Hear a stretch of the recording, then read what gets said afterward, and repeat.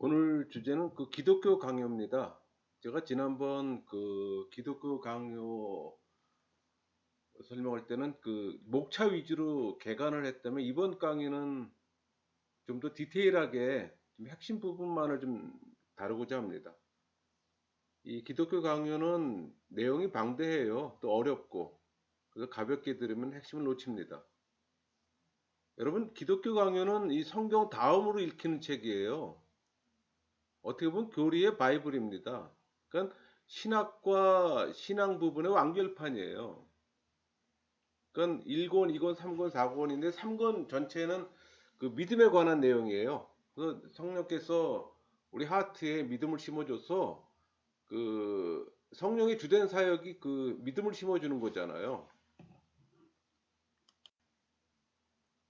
이 3권은 기독교 강요 4권 중 가장 많은 분량입니다.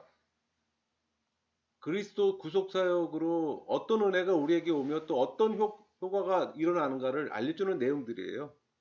그래서 3권을 먼저 다루는 것은 또 가장 중요하며 실상에서 활용되는 지식이기 때문에 제가 3권을 먼저 좀 다루고자 합니다. 성령께서 객관적인 하나님의 은혜 사건을 현실화 시켰습니다. 그러니까 예수 그리스도의 이 화해 사업이 은혜의 수단을 통해 성령으로 말미암아 우리에게 은혜와 믿음으로 구원이 일어나고, 또 이렇게 구원 얻은 그리스도인은 하나님의 모든 요구에 응답하는 또 성화의 삶을 살아야 하는 겁니다. 그러니까 예정론의 선택 교리가 구원론과 성화로 나아가서 기도 다음으로 놓여 있다는 것이 특징이에요. 오늘은 1장 성령 부분만을 좀 나누고자 합니다. 1장 성령의 비밀적 사역, 이 주된 내용은 우리를 하나님 앞으로 인도하시고 또 그리스도와 결속시켜서 그 기능을 하는 띠로서의 성령, 또 그리스도께서는 어떻게 또 무슨 이유로 또 성령을 받으셨는가, 또 성경에 있는 이 성령의 명칭, 또 성령의 사역으로서의 믿음이 주된 내용, 이 네 가지 테마를 갖고서 나누고자 합니다. 1장의 주된 테마이게요. 성령이 그리스도 영으로 이 불리우는 이유는 그리스도가 성령을 보내주시는 분이기 때문입니다. 또 성도와 그리스도의 연합을 또 강조하고, 또 그것이 이루어지면 예수님은 또 우리 밖에 계시고 또 우리 안에도 계시는 거예요. 그러니까 예수님이 성령 받은 것은 만민에게 성령을 부어주는 중보자가 되기 위함이고, 또 아버지의 성령은 아들을 통해 또 세상에 부어집니다. 그러니까 우리가 그리스도와 함께 되면 그의 풍성함을 느낄 수 있는 것은 믿음 때문이에요. 그래서 믿음이 그만큼 중요한 겁니다.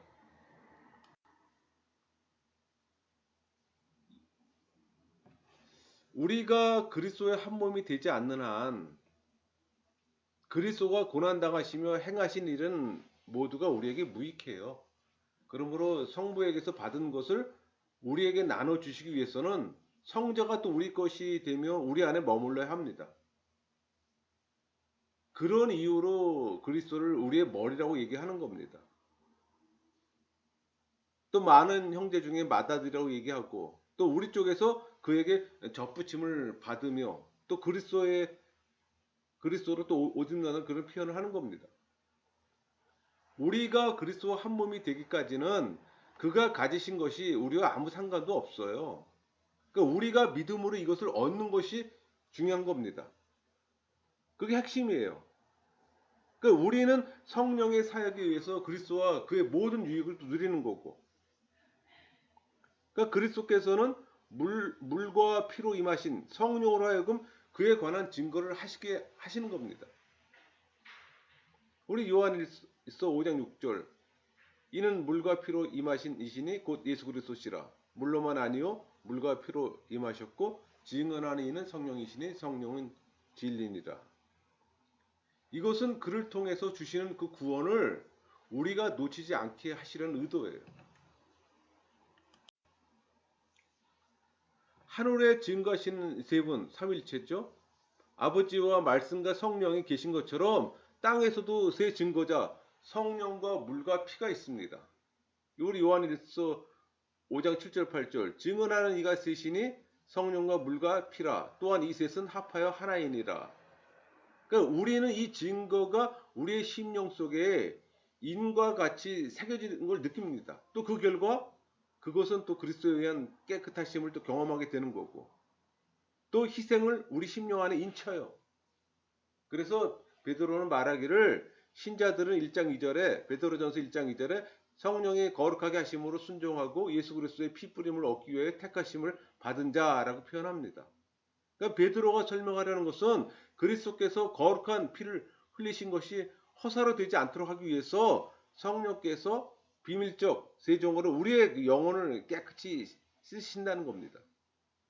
그래서 사도 바울은 정화와 칭의를 말할 때 우리 고린도전서 6장 11절 너희 중에 이와 같은 자들이 있더니 주 예수 그리스도의 이름과 우리 하나님의 성령 안에서 씻음과 거룩함과 의롭다 하심을 받았느니라, 이렇게 표현하고 있습니다. 정리하면은 그리스도께서 우리를 자신 있게 효과적으로 연결시키는 띠는 성령이에요. 이양 볼까요? 그리스도께서는 어떻게 또 무슨 이유로 성령을 받으셨는가? 예수님께서 특별한 방법으로 이 성령을 받으신 것, 그러니까 우리를 세상과 분리시켜서 영원한 기업의 소망을 바라보는 거룩한 무리로 만드시기 위한 겁니다. 그래서 성령을 성결의 영이라고 부르는 거예요. 로마서 1장 4절에 언급되어 있잖아요. 성결의 영으로는 죽은 자들 가운데서 부활하사 능력으로 하나님의 아들로 선포되셨으니 곧 우리 주 예수 그리스도시니라. 그러니까 성령이 우리 안에서 하나님의 삶을 위한 생명의 뿌리와 씨가 되시기 때문이에요. 선지자들은 그 성령을 풍성히 부어 주실 때가 있으라고 예언했어요. 요엘서에 나타나잖아요. 요엘서 2장 28절. 그 후에 내가 내 영을 만민에게 부어 주리니. 여기서 요엘은 하나님께서 그의 영을 나타내심으로써 하늘의 교리를 모르는 사람들에게 그 모르는 사람들을 제자로 삼으라는 겁니다. 나아가서 성부께서 성자로 인해 우리에게도 또 성령을 주시지만 아들에게 특히 성령을 아주 충만하게 주셔서 하나님의 풍부한 은혜를 나눠주는 또 수종자와 청지기로 삼으셨어요. 그래서 성령을 아버지의 영이라고 부르기도 하고 혹은 아들의 영이라고 또 부르기도 합니다. 또 성령을 그리스도의 영이라고 부르는 것은 하나님의 영원한 이 말씀이신 그리스도께서 같은 영으로 하나님과 결합되셨을 뿐만 아니라 중보자로서의 그 성격을 지니고 계시다는 걸 우리는 알아야 합니다. 그리스도께서 이 권능을 받지 않으셨다면 우리에게 오신 것은 허사예요. 성령과 교통하심이 없으면 하나님 아버지의 사랑이나 그리스도의 은혜를 맛볼 수가 없습니다.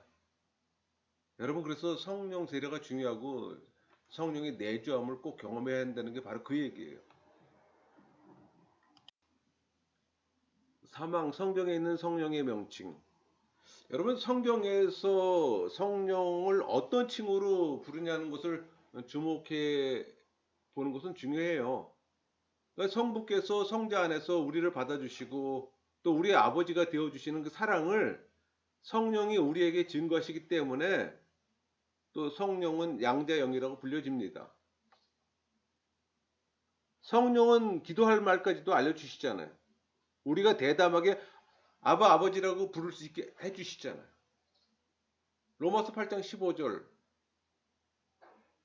너희는 다시 무서워하는 종의 영을 받지 아니하고 양자의 영을 받았으므로 우리가 아빠 아버지라고 부르짖느니라.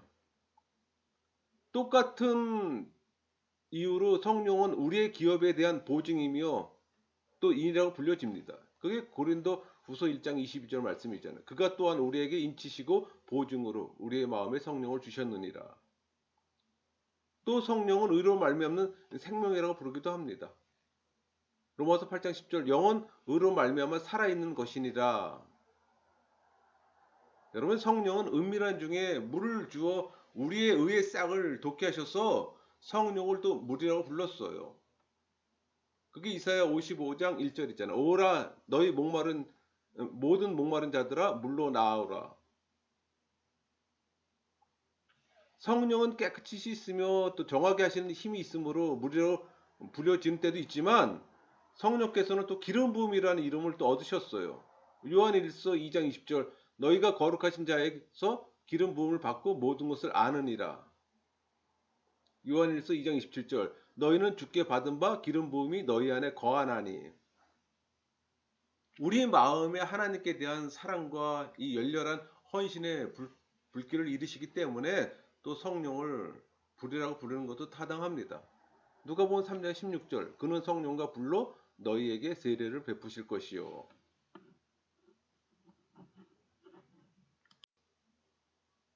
성령은 모든 하늘의 은사가 또 우리에게 흘러오게 하는 근원이 된 샘물이에요. 요한복음 4장 14절 내가 주는 물은 그 속에서 영생하도록 솟아나는 샘물이 되리라. 또 하나님께서는 그 권능을 행사하시는 또 주의 손으로 묘사됐어요. 그게 사도행전 11장 21절 있잖아요. 주의 손이 그들과 함께 하시며 수많은 사람들이 믿고 주께 돌아오더라. 여러분 우리의 믿음이 성령께 집중될 때 비로소 그리스도께서 우리에게 모든 것이 되심을 알 수가 있어요. 그러니까 예수 그리스도는 우리 밖에 계시고 또 우리 안에도 계세요. 그러니까 그리스도께서는 그의 머리로 모신 사람들에게만 유익을 주신다는 걸 우리는 알고 있습니다. 그게 에베소 4장 15절 말씀이 있잖아요. 오직 사랑 안에서 참된 것을 하여 범사에 그에게까지 자랄지라 그의 머리니 곧 그리스도라. 그러니까 그리스도께서 형제 중에서 맏아들이 또 되게 하십니다.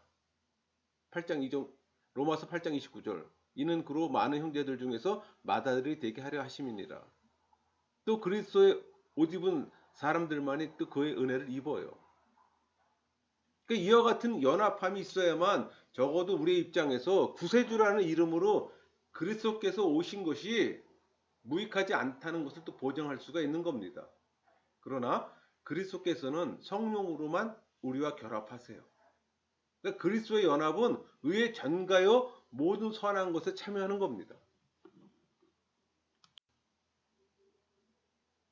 4. 성령의 사역으로서의 믿음. 여러분 그러나 이 성령이 하시는 가장 중요한 일은 믿음을 일으키는 겁니다. 그래서 성령의 능력과 역사를 표현하는 말들은 대체적으로 믿음과 관련돼 있어요. 그러니까 성령께서는 오직 믿음에 의해서 우리를 복음의 빛으로 인도하세요. 요한복음 1장 12절 13절 영접하는 자 곧 그 이름을 믿는 자들에게는 하나님의 자녀가 되는 권세를 주셨으니 이는 혈통으로나 육종으로나 사람의 뜻으로 나지 아니하고 오직 하나님께로부터 난 자들이니라. 사도 요한도 그리스도를 믿는 사람들에게는 하나님의 자녀가 되는 특권이 부여되고 또 이 사람들은 혈육으로 난 것이 아니라 하나님께로부터 났다고 표현했잖아요.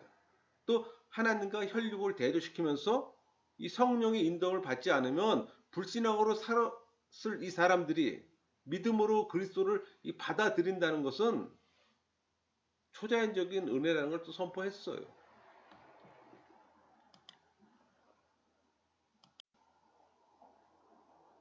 그래서 이 믿음은 불신자에게 주시는 성령의 초자연적 은사입니다. 그러니까 예배소 신자들이 약속의 성령으로 인치심을 받았다고 하는 이 표현, 이 사도 바울의 말도 같은 맥락이에요. 그러니까 사도 바울은 성령을 우리 속에 계시는 선생이라고 가르칩니다. 또 이 선생의 노력으로 구원의 약속이 또 우리 마음속에 들어오며 또 성령의 노력이 없으면 이 약속은 헛되이 우리의 길을 스치고 지나갈 뿐이라고. 사도 요한의 설명은 더 명백합니다. 요한일서 3장 24절 우리에게 주신 성령으로 말미암아 그가 우리 안에 거하시는 줄을 우리가 아느니라. 그러므로 그리스도께서는 세상이 받아들일 수 없는 진리의 영을 제자들에게 보내셔서 그들이 하늘의 지혜를 받도록 하시겠다는 그 약속을 하신 겁니다. 여러분 그 분별의 영이 마음의 눈을 뜨게 하지 않는다면 빛이 눈먼 자에게 비춰도 소용이 없어요. 그러므로 이 성령은 하늘나라의 보물 창고를 우리에게 열어주는 열쇠라고 불려집니다.